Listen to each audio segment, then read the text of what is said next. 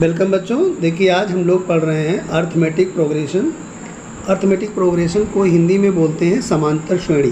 जैसा कि आपके सामने ये कुछ क्वेश्चंस दिख रहे हैं। इससे पहले क्वेश्चन को आप देखिए, लिखा है for the following APs right the first term A and the common difference D. ये हमको बताना है। तो देखिए क्वेश्चन जो आपके पास है, फर्स्ट पार्ट आप देखें, इसमें लिखा है 3, 1, -1, -3। ऐसे सेकंड क्वेश्चन है, ऐसे थर्ड क्वेश्चन है। ये पहले क्वेश्चन में आपको क्या बताना है, फर्स्ट टर्म बताना है और कॉमन डिफरेंस बताना है।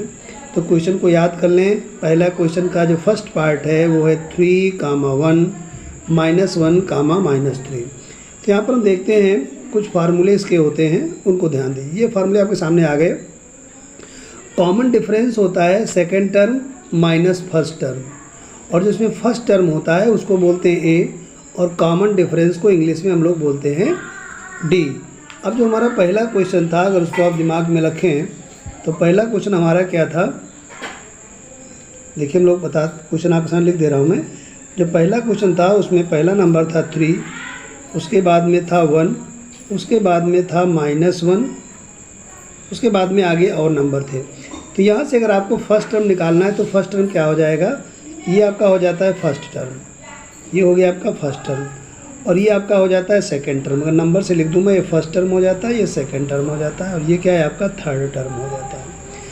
तो सिंपली में तो इसको हम फर्स्ट टर्म को ए कहते हैं, लेकिन जब कई टर्म होते हैं तो फर्स्ट टर्म को A1 कह सकते हो, सेकंड टर्म को A2 कह सकते हो, थर्ड टर्म को A3 कह सकते हो।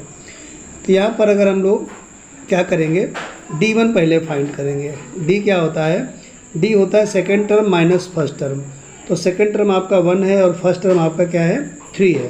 तो 1 में से जब 3 को आप माइनस कर देते हो तो आंसर क्या मिल जाता है आपको, -2 मिल जाता है।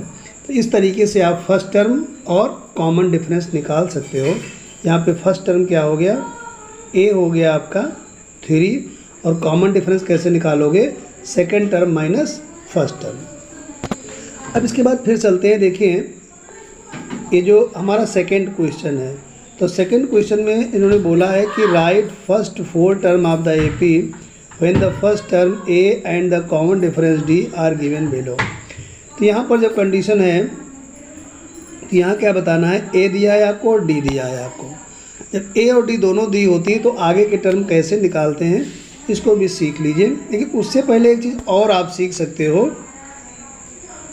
पहले ही सीख लेते हैं। अच्छा देखिए ए दिया है आपको, डी दिया है, तो ए की वैल्यू अगर 10 गिवन है और डी की वैल्यू भी 10 गिवन है तो हम कैसे अगले टर्म को निकाल सकते हैं।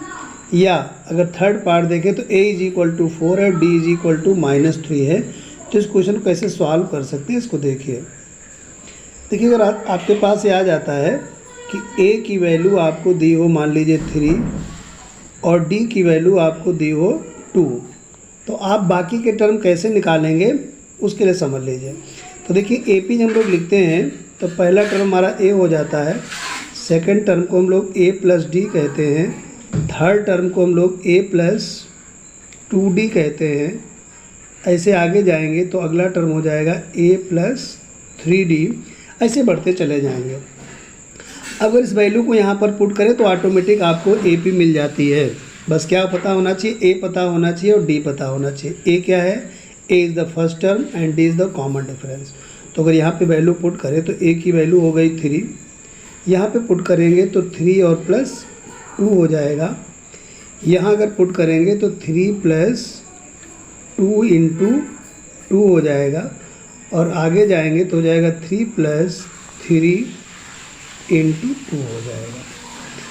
इसके बाद में अब इसको सॉल्व कर लेंगे तो पहला टर्म आपका 3 हो गया, सेकंड 3 + 2 5 हो जाएगा, और थर्ड में क्या होगा 2 × 2 = 4, 4 में 3 ऐड करेंगे तो 7 हो जाएगा, और अगला वाला हो जाएगा 2 × 3 = 6, 6 में 3 ऐड करेंगे तो क्या हो जाएगा 9 हो जाएगा। इस तरीके से इसको आगे कर सकते हो। नहीं कर पाए तो मैं करके भी आपको दिखा दे रहा हूँ।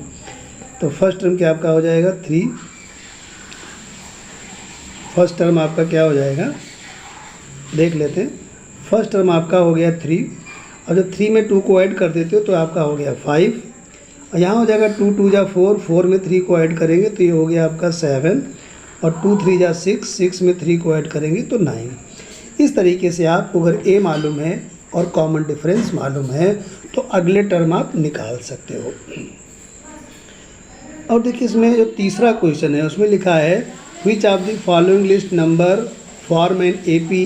इसमें आपको ये बताना है कि कौन सा एपी को फॉर्म कर रहा है, कौन सी एपी है, कौन सी एपी नहीं है। तो जो आपको ये फाइंड करना हो कि एपी कौन सी है और कौन सी एपी नहीं है, तो इसके लिए आपको क्या करना होगा। जो क्वेश्चन आपको दिया हुआ है 4, 10, 16 और 22। क्वेश्चन क्या आपके पास है, क्वेश्चन आपके पास है 4 है, 10 है, 16 है और 22 है। अब आपको बताना है कि एपी है कि नहीं है। तो अगर आपको फाइंड करना है कि एपी है कि नहीं है तो इसके लिए आपको क्या करना होता है, सबसे पहले आप D1 निकालिए। D1 मतलब कॉमन डिफरेंस ही होता है, 2 बार निकालना तो D1 D2 बोलेंगे। तो यहाँ पर गौर से देखिए 4 हमारा फर्स्ट टर्म है, 10 हमारा सेकेंड टर्म है, 16 हमारा थर्ड टर्म है और 20 हमारा क्या फोर्थ टर्म है। तो D1 हम लोग कैसे निकालेंगे, सेकेंड टर्म से फर्स्ट टर्म को माइनस कर देंगे। 10 - 4 कितना मिलेगा आपको, 6 मिल जाएगा। ऐसे ही आप D2 जब फाइंड करेंगे तो आपको क्या मिल जाएगा, D2 क्या करेंगे, थर्ड में से सेकेंड को माइनस करेंगे, मतलब 16 में से हम लोग 10 को माइनस करेंगे, ये भी 6 हो गया। तो यहाँ पर कंडीशन क्या होती है आपको देखना पड़ेगा कि अगर D1 और D2 दोनों इक्वल आ जाती हैं, अगर D1 D2 दोनों आपकी इक्वल आ जाती हैं तो यहाँ पर देख लें, देखो D1 भी क्या है आपका 6 है और D2 भी आपका 6 है। मीन्स क्या हो गया आपके पास, D1 = D2। तो जैसे ही D1 D2 इक्वल आ जाते हैं तो आप इसको कह सकते हो कि ये AP है, it means it is AP। तो कि अगर आपको फाइंड करना है कोई भी इक्वेशन AP है कि नहीं है तो उसके लिए आपको D1 D2 निकालना है। अगर इक्वल आ जाते तो AP हो जाती है। इस प्रकार से आप इन क्वेश्चनों को सॉल्व कर सकते हो फार्मूला देख करके। जितने भी क्वेश्चंस हैं इनको इसी बेस पे आप सॉल्व करेंगे। ओके बच्चों, थैंक यू।